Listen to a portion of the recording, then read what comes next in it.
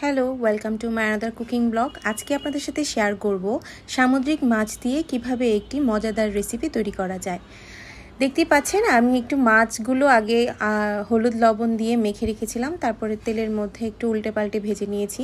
তারপর তেলের মধ্যে একে একে রসুন কুচি, তারপরে পেঁয়াজ একটু ভালো করে লাল লাল করে ভেজে ওর মধ্যে জিরে গুঁড়ো, ধনে গুঁড়ো, মরিচের, হলুদের গুঁড়ো দিয়ে একটু লবণ দিয়ে পানি দিয়ে ভালো করে মিক্স করে কষিয়ে নিচ্ছি। তারপর একে একে টমেটোগুলো দিয়ে দিলাম।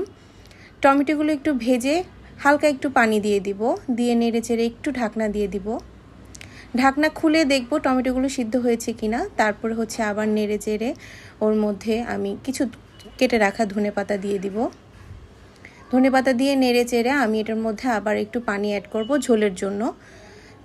পানিটা দিয়ে আমি একে একে সবগুলি মাছের পিস দিয়ে দিব। পিসগুলো দিয়ে একটু কাঁচামরিচ চিড়ে রেখেছিলাম, ওগুলো দিয়ে দিব উপরে ছিটিয়ে। তারপর একটু ঢাকনা দিয়ে দিব। ঢাকনা খুলে একটু লবণ চেক করে একটু লবণ দিয়ে দিব পরিমাণ মতো। তারপরে আবার নেড়ে চেড়ে এর মধ্যে একটু ধনেপাতা কুচি আমি অ্যাড করে দিব নামানোর আগে। তৈরি হয়ে গেল আমার মজাদার সুস্বাদু সামুদ্রিক মাছ দিয়ে টমেটোর ঝোল। সবাই ভালো থাকবেন, টাটা।